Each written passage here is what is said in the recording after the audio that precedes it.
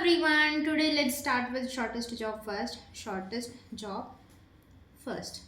So name itself represent shortest job first. So in this algorithm we will be having a process in the same way as the previous video. We will be having the process arrival time,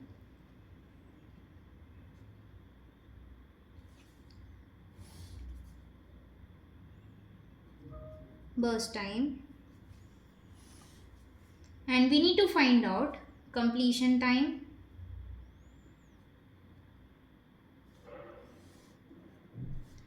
and turnaround time followed by waiting time.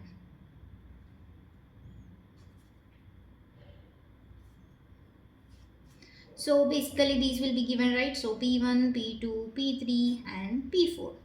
Arrival time will also be given to us. So 1, 2 and 3. For these cases, burst time is 6, 5, 1, 2. So completion time. In order to proceed, in order to find out the completion time, what's the process which we have done earlier? We just need to take the table first. So this is the table. In this, initially end time it will be begins with 0. So in all this one, which one is the initially P1 is the nothing is there in this processes. So initially we will be beginning with P1. So P1 will be there. So till what time it will be running? Since it is the beginning one, there is no such process available. It is empty, so it will be occupying. So it will be started at 0 and it will be proceeded till how much? 6, until the next process will came into the picture.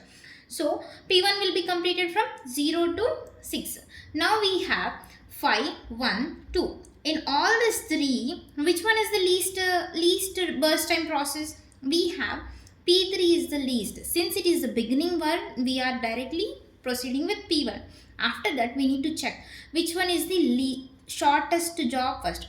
Out of these three, initially P1 is done. So now you need to find out the shortest one of all this processes, remaining processor. So we have P3 as the shortest one. So let's proceed with including the P3. It will be running how much time? Its burst time is given as 1. So 6 plus 1. It will be, I'm writing here for reference, 6 plus 1 will be 7. So P3 is done. Out of this 5 and 2, which one is the shortest one? Then now which process should be entering into the queue? As per the process, since we have 5 and 2, P4 will be the shortest one. So we will be proceeding ahead with including P4. So P4 will be running how much time? What burst time is given to us? So 7. 7 plus how much need to be added? 7 plus 2, its value will become 9. So P4 is done. After that, we left with what? Highest value which we have is P2. So now proceed with adding the P2 to the queue. So 9 plus, what's the value of it? 5. 9 plus 5 will be equals to 14. So we are done with adding the all processes to the queue. Now we need to add the completion time. So P1 completed at what time? P1 completed at 6 and P2 completed at what time? Please do cross check before filling the blanks. Okay. We are done with P2 at 14 and P3 was completed at when? 7. So we are proceeding with writing it as a 7 and P4 is completed at when? It was completed at 9. So we'll be proceeding with changing this value to 9. So now we are done with CT value.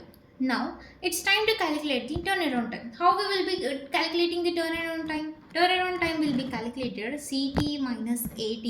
CT is nothing but just now we have found out it, which is completion time. AT means it is the arrival time which will be given in the question itself. So how the value need to be written? Initially you just write down the values of CT whichever you have, either with pencil or something, up to you. So arrival time is also we have, so 0, 1, 2 and 3. So 6 minus 0 will be 6, 14 minus 1 will be 13, 7 minus 2 will be 5, 9 minus 3 will be 6. So now we got the turnaround time value.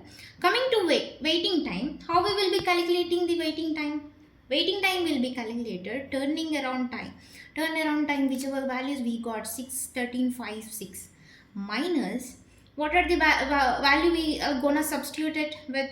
Burst time value, which is represented as BT. So waiting time will be calculated using this format. So 6, 13, 5 and 6. Initially I am done with taking all TATs minus what are the BT values for this all processes we have 6, 5, 1 and 2. 6 minus 6, please proceed with writing the values. 13 minus 5, 8. 5 minus 1, 4. 6 minus 2, 4. So these are the final values. So in order to find out the average of turnaround time values, how you will be guys finding it out? Average of turnaround time will be sum of all the 4 values whole divided by 4. It will be somewhere around 30. And you know the calculation part. Same way we need to find out for wait time. It will be sum of all the values 8 plus 8, which will be 16.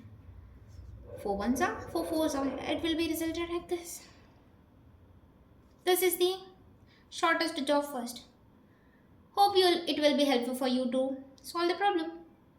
See you tomorrow.